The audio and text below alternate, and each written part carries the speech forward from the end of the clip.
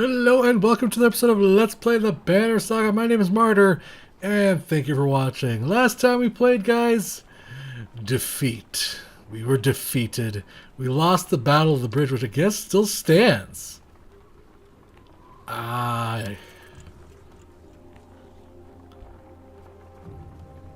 just got our asses kicked. We have no food. It's just bad juju. Just bad. Just a bad position. Everything sucks. We're losing clansmen and Varls by the day. It just sucks. Everything sucks. Up ahead, a scout shouts some giant hall, but it's empty. You approach the structure, but recognize the marking. The walls seem unsteady at best. Finally, sleeping beneath the roof, you overhear several families begin unpacking. Keep everyone back until you're certain it's safe.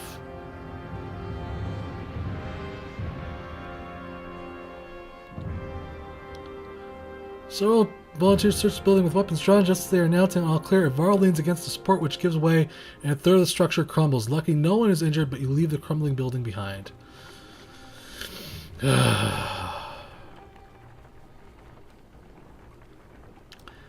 in a bad position, man. We're losing fighters, and while walking, the words of Mother's song reach you. It's soothing, nuanced, and about your current journey. When she finishes, the man begins a tale of his own verse. The woman quickly responds with another poem, and the entire caravan slows to listen to the entire entertaining competition.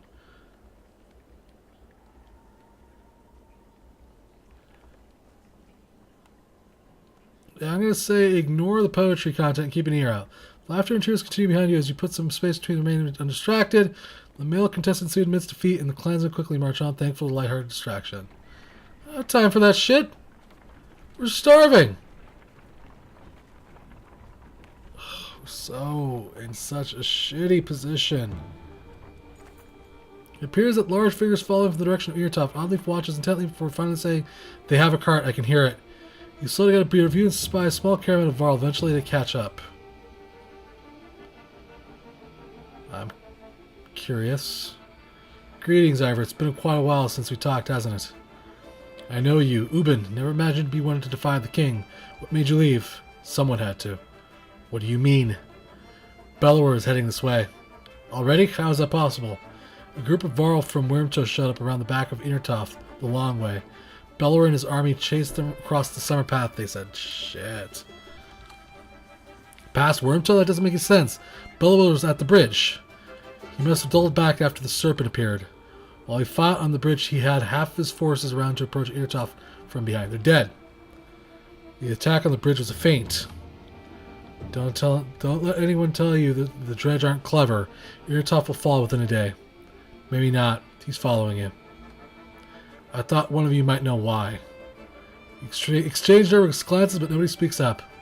Must be me then. Look at his no arm ass right there. There's something I don't know that's quite a grudge he's holding if he's coming to you, Ivor. It doesn't matter. Only chance is to get to Sieglerm. Juno will know what to do. We'll join you. I bring supplies and warriors, and my friend Gunnulf here bears a heavy sword. I believe he'd be happy to swing it for you. Thank God. Bump the mic. But damn, do we need those supplies, man. Oh.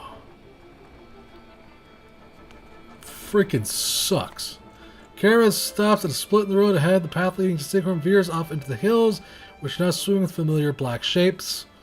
Dredge that way too, grimaces Ivan. The summer path leads straight to Siegholm, while taking the main road will add several days. They're everywhere. They're every way by now, he replies Ubin. I suggest we go around past Harskut.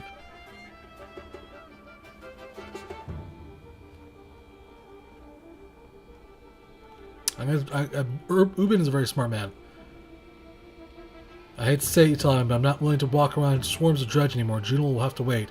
You turn toward the long road to Hockstarp, instead hoping you've saved lives in the process. Yeah, we did. Even though we're running low on supplies again.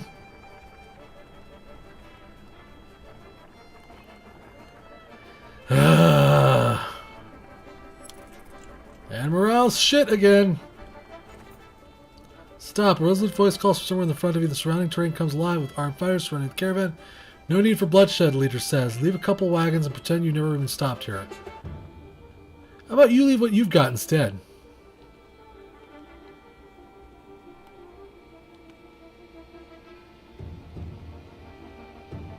Oh! The counter offer takes the leader by surprise for a moment. We don't have time for this nonsense. This is Oddleaf. Loosing an arrow before anyone can react, the brigand leader falls over in a spray of blood. Something sinister in the way of Kremer laughs about this turn of events, convinces the rest of the brigands to go on their errand and beat a hasty retreat. I like your girl, Rook, he says, to which Oddleaf gives him a dirty look. Can we get their food? Get their food!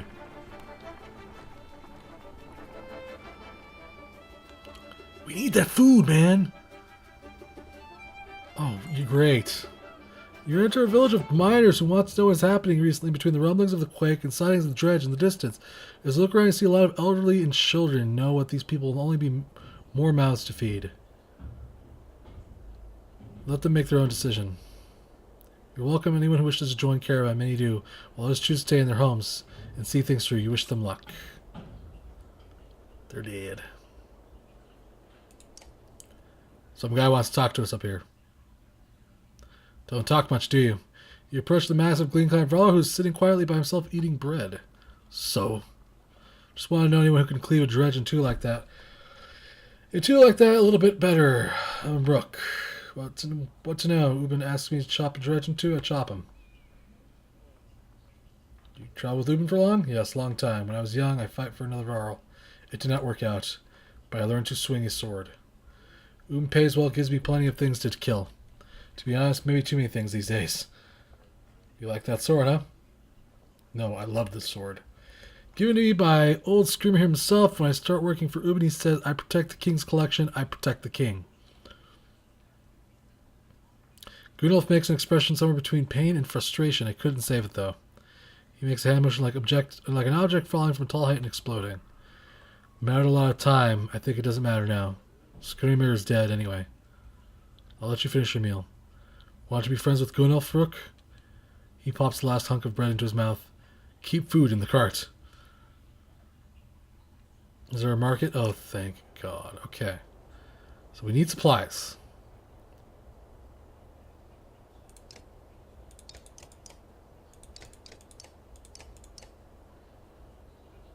$7 days worth of supplies should get us where we need to go. Screw these items. I cannot deal with these items right now.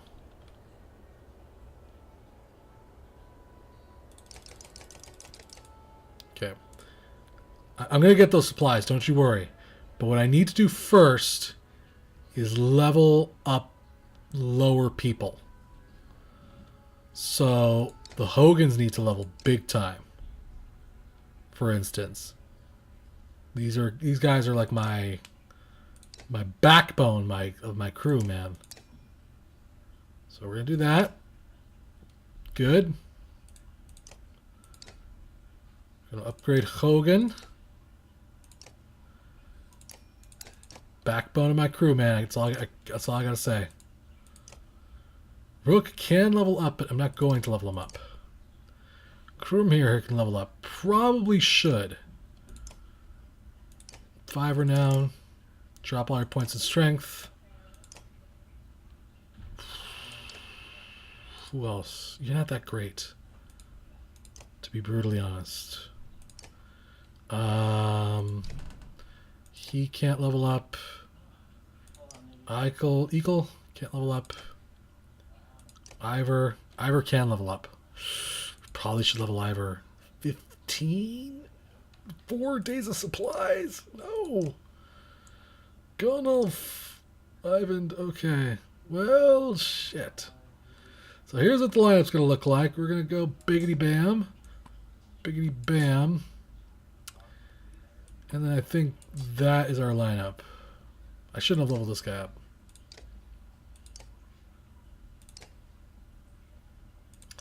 We're going to give you the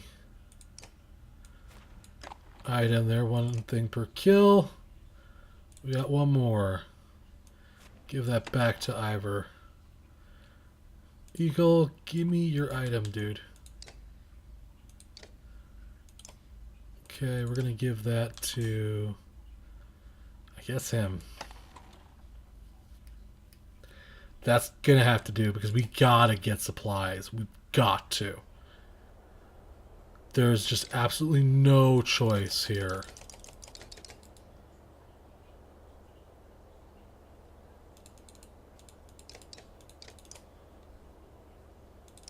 Wait, what? Okay, so 1, 2, 3, 4, 5, 6, 7, 8, 9. We could buy out their supplies completely. Or we can get about 7 days with supplies and keep 10 renown for ourselves. Do that. 7 days of supplies. That should keep morale pretty... Why is morale weak? I don't understand that. Why is morale weak? Okay, he's got to level up. He's got to level up again? God dang, man. These Hogans and Mogans. Okay, he needs 15 to level up. How about you? You're not going to level up. Oddleaf, you can level up for 10. What are your stats, Oddleaf?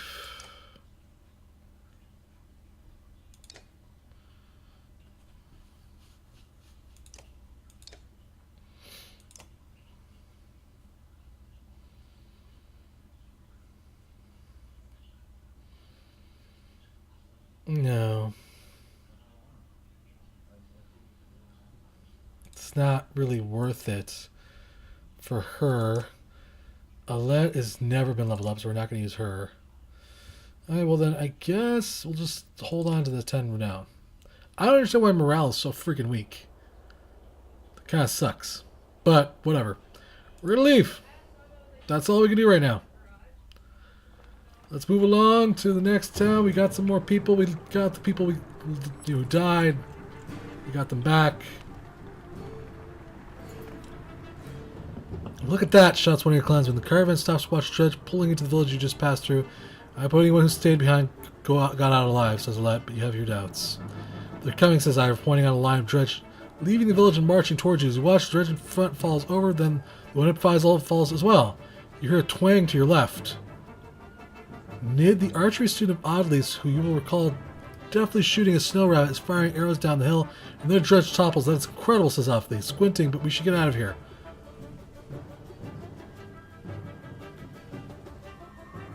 Alright, Odd's right, let's go. Why don't you come with us? The next time you want to try out that bow, you tell Nid, who nods and smiles on her face. I guess we just got a new archer. Alright, fantastic. Amazing, if you will.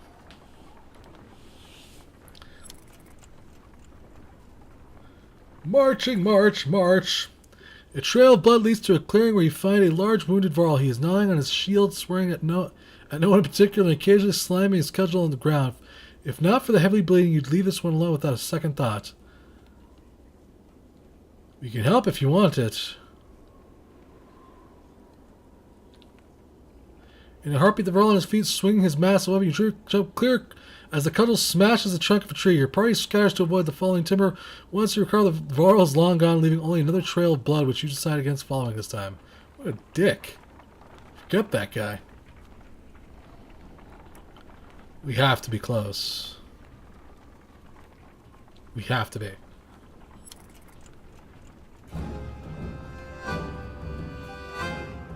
Whoa, what's with that crazy music? What the hell? It's another freaking Godstone.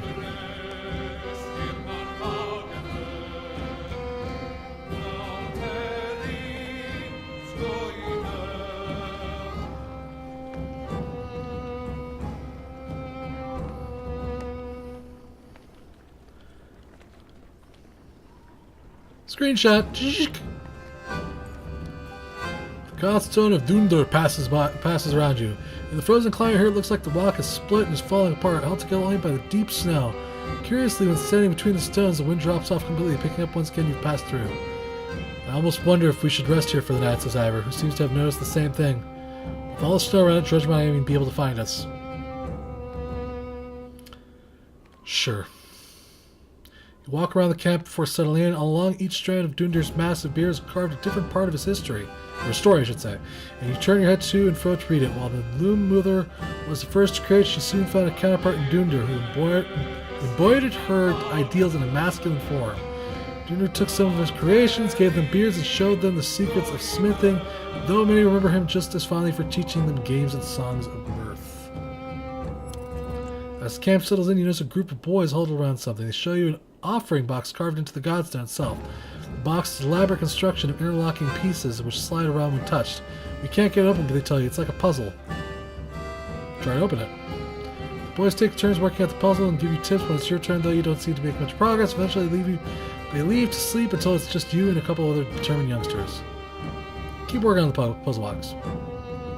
It's hard to know how long you spend sliding around the smooth puzzle piece, but when you begin emerging from the tents, you know you're in trouble, exhausted from a long sleepless night. Worse still, the box remains closed as you shuffle really along the leaving path. Whoops, my bad. I didn't think it was that difficult. Jeez.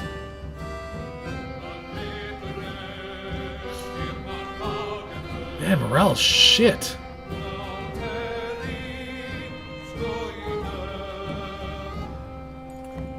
A group of men with broad shoulders and thick cloaks approach the caravan. They might be outlaws. You're nearby, and the area quickly ripples through the clansmen. One of the strangers approaches, saying, "We've run out of food. Any help would be welcome." His hard eyes reveal nothing of his motivations.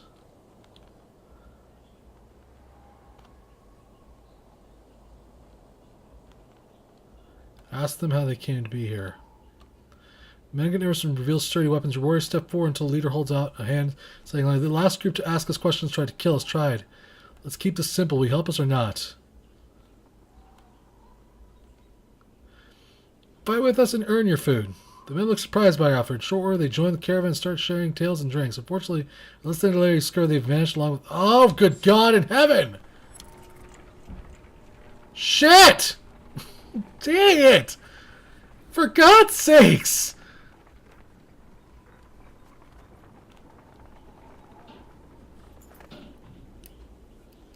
In the distance, Hawkster smolders like an old campfire. Even from here, you can see the black figures shambling through it. This looks like a dead town, remarks Ivor. Confirming your impressions, there's only usually survivors, oddly reminds you. Check it out just in case. I hope others would do the same for me. Curator, nothing we haven't faced before. Ivor grunts, but otherwise says nothing. Besides, might throw Bellower off a scent a bit. You head a day's march out towards Hawkstorp. Hawkstorp? As soon as you've stepped foot into the small town, you think you've made a mistake. It's thoroughly littered with corpses within most. The dredge are upon you. As though you stirred up an angry hornet's nest, you draw your weapons. Son of a bitch. Oh, who is she? Well, I guess we'll have to check her out later.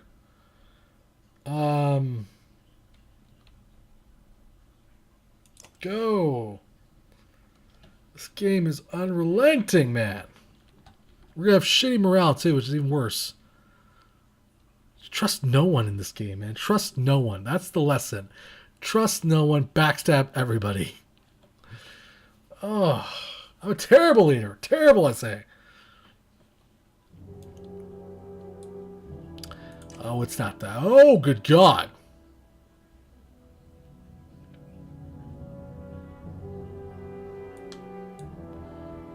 Let's deal with the dredge at our backs, shall we?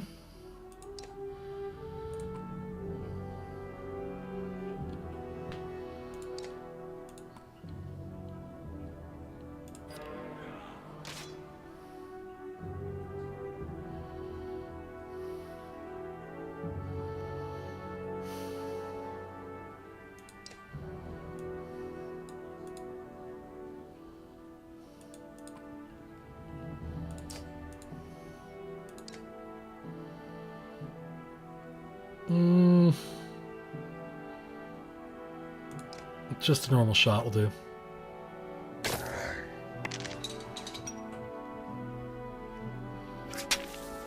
Of course, gonna go for Rook. Oh no, he went for Mogan. Oh no, he went for my healer, that son of a bitch. Bloody Flail, let's see.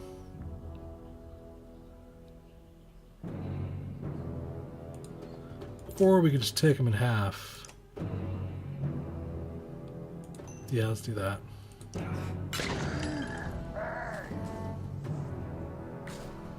Careful.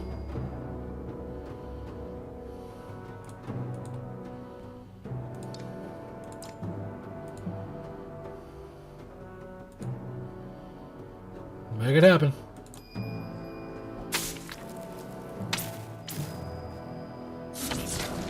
Nice shot.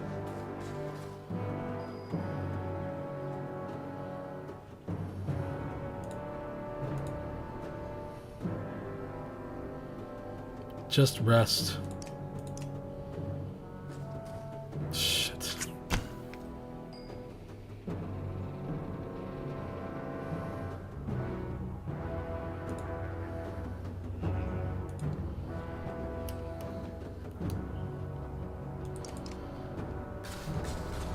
Watch out! Ooh. That was a good shot on his part. This is Ivor, who is one-handed now. A one-handed Ivor. Yeah, make it happen. We can't lose this fight too, guys. I will not accept defeat. I am going to ever lose my caster, though, at this rate. Whose turn is it next? That little shit's attacks next. Okay, he could probably kill my caster.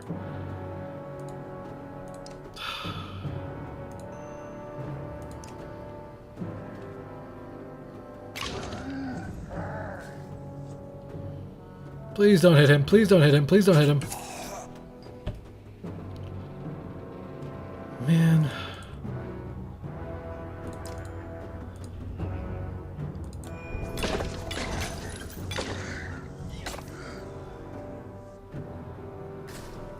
Okay, he's in trouble.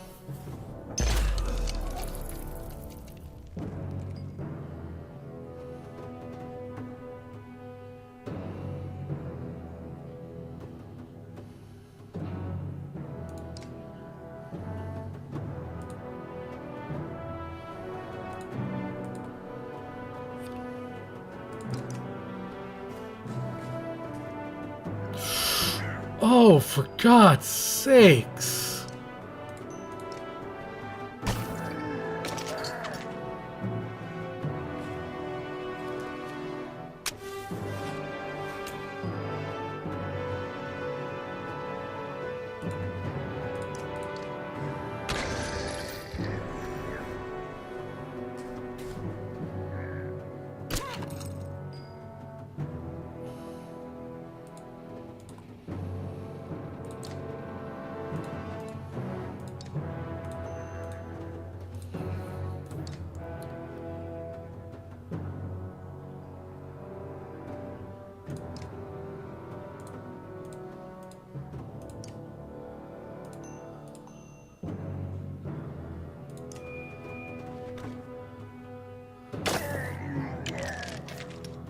Okay, his armor's shattered.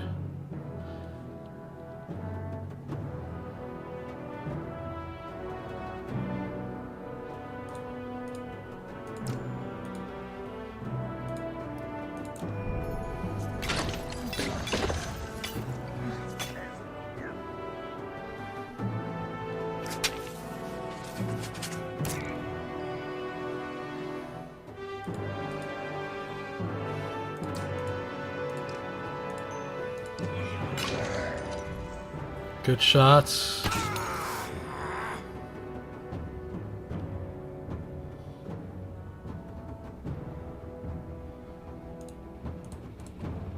Can't believe you got taken out in one shot practically. So ridiculous. He's dead.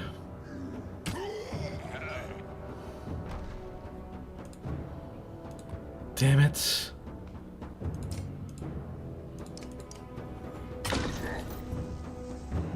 We may lose this fight.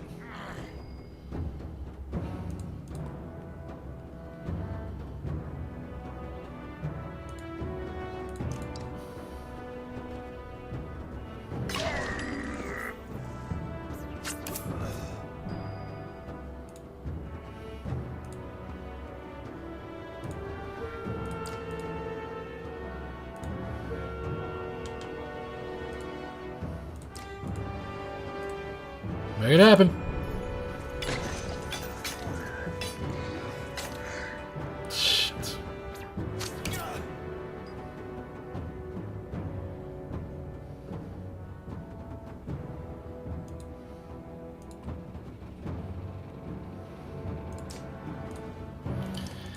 Not liking how this is going, guys. It's not working for us anymore, man. We're just getting slaughtered.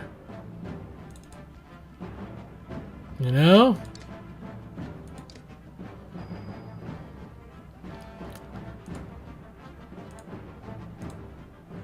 It's just not working out for us, guys.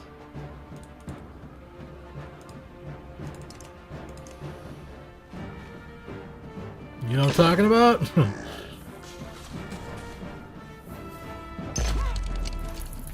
His armor's completely shattered.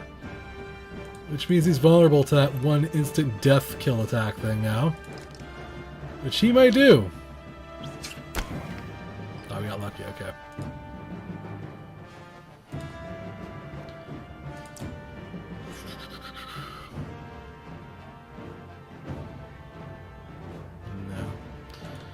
Just hit him with everything you got, man.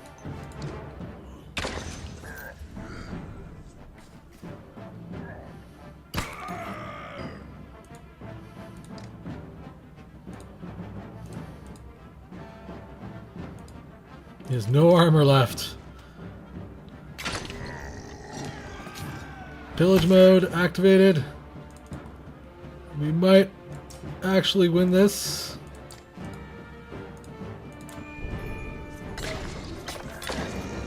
Thank God. Oh.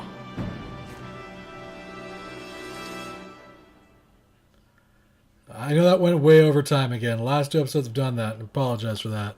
This town is nothing but ghosts and now covered in more dredged bodies, too.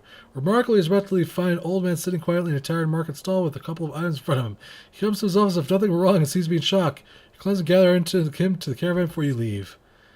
Okay, guys. Well, we're gonna stop it here. As always, tweet at me, MartyrHJ, guys. We barely made it through that battle. But we won. That's all that matters. And we will see you next time.